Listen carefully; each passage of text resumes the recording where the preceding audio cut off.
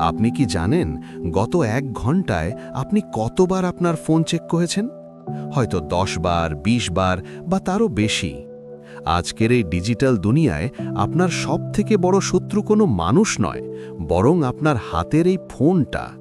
আপনার ক্যারিয়ার, আপনার সাকসেস আর আপনার স্বপ্ন সব কিছুর মাঝখানে দাঁড়িয়ে আছে একটা জিনিস: ডিস্ট্র্যাকশন।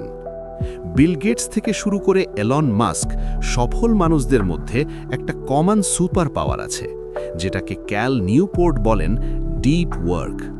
এই পাওয়ারটা যদি আপনি আয়ত্ত করতে পারেন, তবে আপনি ১ মাসের কাজ মাত্র ১ সপ্তাহে শেষ করতে পারবেন। আজকের ভিডিওতে আমি এই বইয়ের এমন 4টি টেকনিক শেয়ার করব যা আপনার ব্রেনকে রিপ্রোগ্রাম করবে এবং আপনাকে একজন প্রোডাক্টিভিটি মেশিনে পরিণত করবে। ভিডিওর ৩ নম্বর পয়েন্টে আমি এমন একটা সিক্রেট মেথড বলবো যেটা ফলো করলে আপনি রিলস বা গেমের নেশা থেকে চিরতরে মুক্তি পাবেন। তাই যদি আপনি গড়পড়তা ভিড়ের থেকে আলাদা হতে চান, তবে ভিডিওর একটা সেকেন্ডও মিস করবেন না। কল্পনা করুন আপনি একটা পাহাড়ে ট্রেকিং করছেন। হঠাৎ কুয়াশায় সে আপনাকে চারপাশ থেকে ঘিরে ধরল। আপনি না পারছেন এগোতে, না পারছেন রাস্তা খুঁজে পেতে। আজকের জেনারেশনের অবস্থা ঠিক এই কুয়াশায় আটকে পড়া মানুষের মতো। আমাদের কুয়াশার নাম স্মার্টফোন নোটিফিকেশন। একটা স্টাডি বলছে একজন সাধারণ মানুষ দিনে গড়ে ৯৬ বার তার ফোন চেক করে। কিন্তু আপনি কি জানেন, প্রতিবার ফোন চেক করার পর আপনার ব্রেনকে আবার কাজে মন বসাতে প্রায় ২৩ মিনিট সময় লাগে? এর মানে হলো আপনি কাজ করছেন না, আপনি শুধু ব্যস্ত থাকার অভিনয় করছেন। কিন্তু ক্যাল নিউপোর্ট তার ডিপ ওয়াক বইয়ে এমন একটা সিস্টেম দেখিয়েছেন যা আপনাকে এই কুয়াশা থেকে বের করে আনবে। আজ আমি আপনাকে এমন এক দুনিয়ায় নিয়ে যাব যেখানে ডিস্ট্র্যাকশন বলে কিছু নেই। গল্পটা শুরু করা যায় একটা ছোট এক্সপেরিমেন্ট দিয়ে। ভেবে দেখুন তো, শেষ কবে আপনি একটানা ২ ঘন্টা ফোন না ছুঁয়ে কোনো কাজ করেছিলেন? মনে পড়ছে না, তাই তো? আসলে আমাদের ব্রেন এখন শ্যালো ওয়ার্ক বা সস্তা কাজে অভ্যস্ত হয়ে গেছে। লাইক দেওয়া, কমেন্ট চেক করা, মেইল স্ক্রল করা, এগুলো আপনি কি মনে করায় যে আপনি অনেক কাজ করছেন, কিন্তু দিনের শেষে আপনার ব্যাংক ব্যালেন্স বা স্কিল কোনোটিই বাড়ে না। কিন্তু ঠিক এই সময়ই দুনিয়ার ১% মানুষ এমন কিছু করছে যা বাকি ৯৯% মানুষ চিন্তাও করতে পারে না। তারা ব্যবহার করছে ডিপ ওয়ার্কের ক্ষমতা। ভিডিওর পরের অংশে আমি আপনাকে দেখাবো সেই মনাস্টিক অ্যাপ্রোচ যা ব্যবহার করে বড় বড় রাইটার আর সায়েন্টিস্টরা মাসের কাজ দিনে শেষ করেন। আপনি কি কখনো ভেবেছেন, হ্যারি পটারের লেখিকা জে.কে. রাউলিং যখন এই সিরিজের শেষ বইটা লিখছিলেন, তখন তিনি কি করেছিলেন? তিনি নিজেকে পুরোপুরি দুনিয়া থেকে বিচ্ছিন্ন করে ফেলেছিলেন। কোনো টুইটার নেই, কোনো ইমেল নেই, এমনকি কোনো ফোন কলও নয়। তিনি চলে গিয়েছিলেন একটা হোটেলে যেখানে কেউ তাকে চিনত না। এটাকেই ক্যাল নিউপোর্ট বলেছেন মনাস্টিক অ্যাপ্রোচ। সহজ কথায়, সন্ন্যাসীরা যেমন সব মায়া ত্যাগ করে পাহাড়ে চলে যায়, আপনাকেও আপনার কাজের সময় ঠিক তেমনই হতে হবে। কিন্তু আপনি হয়তো ভাবছেন, ভাই আমি তো আর পাহাড়ে যেতে পারবো না, আমার তো অফিস আছে, ক্লাস আছে। ঠিক এখানেই আসে আসল টুইস্ট। আপনাকে পাহাড়ে যেতে হবে না, আপনাকে আপনার রুমের ভেতরেই একটা ডিজিটাল দেওয়াল তৈরি করতে হবে। এই দেওয়ালে কোনো ছিদ্র থাকবে না যেখান দিয়ে একটা নোটিফিকেশনও ঢুকতে পারে। কিন্তু কিভাবে?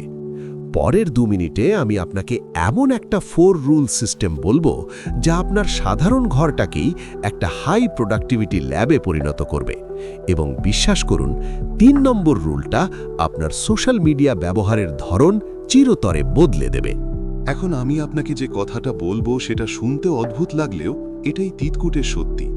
ক্যাল নিউপোর্ট বলছেন, একঘেয়েমি সহ্য করতে না পারাই হলো আপনার সবথেকে বড় ব্যর্থতা।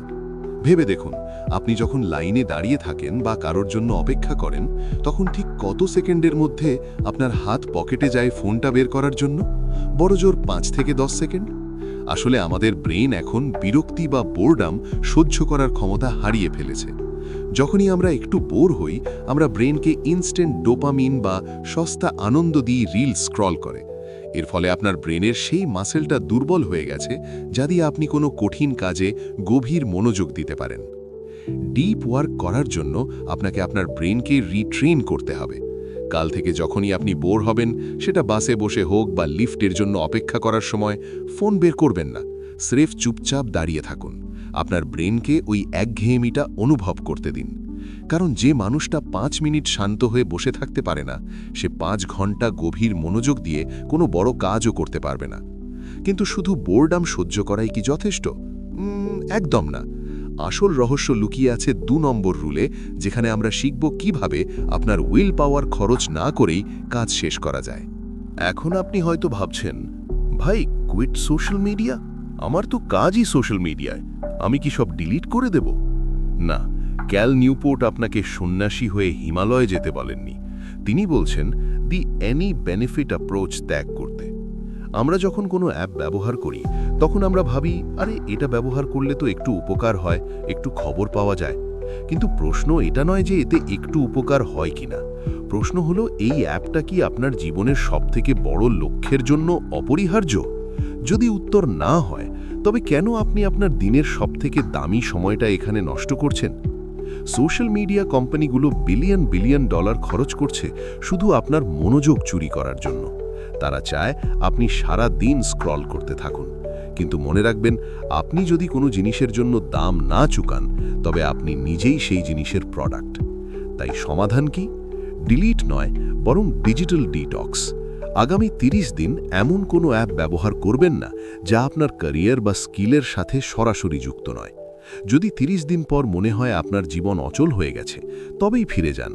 কিন্তু আমি গ্যারান্টি দিচ্ছি, 30 দিন পর আপনি নিজেকে একজন নতুন মানুষ হিসাবে আবিষ্কার করবেন।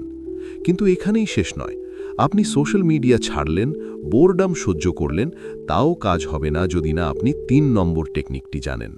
এই টেকনিকটি না জানলে আপনার ব্রেন কাজ শুরু করার 5 মিনিটের মধ্যেই ক্লান্ত হয়ে যাবে।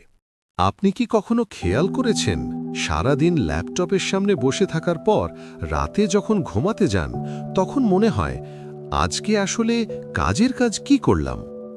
আপনি ইমেল চেক করেছেন, গ্রুপ চ্যাটে রিপ্লাই দিয়েছেন, ছোটখাটো কিছু ফাইল সাজিয়েছেন, কিন্তু দিন শেষে আউটপুট শূন্য। এটাকেই ক্যাল নিউপোর্ট বলেন শ্যালো ওয়ার্ক বা সস্তা কাজ।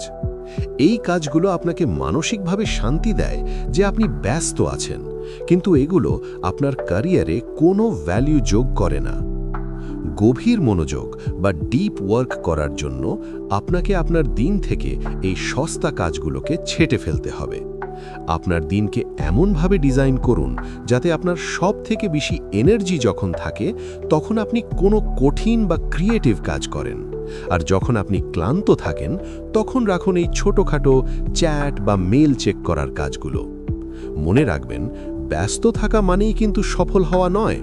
সফল সেই মানুষটাই যে জানে কোন কাজটা তাকে ভিড় থেকে আলাদা করবে। কিন্তু এখন প্রশ্ন হলো, এই সব কিছুই কি আপনার একা করা সম্ভব?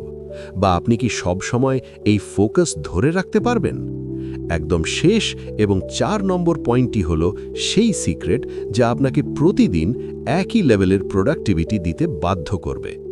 আপনি টেকনিকগুলো জানলেন, সিস্টেমও বুঝলেন, কিন্তু এই সব কিছুই ব্যর্থ হবে যদি আপনার কাছে কোনো স্কোরবোর্ড না থাকে।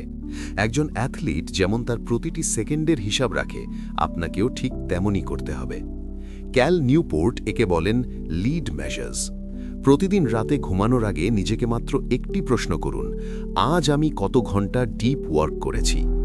আপনার প্রোডাক্টিভিটি কত ভালো ছিল তা দিয়ে নিজেকে বিচার করবেন না, বিচার করুন আপনি কতক্ষণ গভীর মনোযোগে ছিলেন সেটা দিয়ে। আপনার ক্যালেন্ডারে বড় করে লিখে রাখুন সেই সময়টা। যখন আপনি নিজের চোখে আপনার উন্নতির গ্রাফ দেখতে পাবেন, তখন আপনার ব্রেন নিজে থেকেই আপনাকে আরও কাজ করার সিগন্যাল দেবে। বন্ধুরা, আজকের এই ডিস্ট্র্যাকশনে ভরা পৃথিবীতে মনোযোগ দেওয়াটা একটা সুপার পাওয়ার। সবাই যখন রিল স্ক্রল করতে ব্যস্ত, আপনি তখন নিজের স্কিল বিল্ড করুন। সবাই যখন সস্তা ডোপামিনের পেছনে ছুটছে, আপনি তখন ডিপ ওয়ার্ক করে নিজের সাম্রাজ্য তৈরি করুন। মনে রাখবেন, দুনিয়া তাদেরই মনে রাখে যারা সাধারণ ভিড়ের মাঝে অসাধারণ কিছু তৈরি করে। আর অসাধারণ কিছু তৈরি করার একমাত্র রাস্তা হলো ডিপ ওয়ার্ক। কাল থেকে আপনি কি 1 ঘন্টা ফোন ছাড়া কাজ করতে পারবেন? যদি উত্তর হ্যাঁ হয়, তবে কমেন্টে লিখে যান, I am a deep worker. দেখা হচ্ছে পরের ভিডিওতে। ততক্ষণ পর্যন্ত কিপ লার্নিং, কিপ গ্রোয়িং।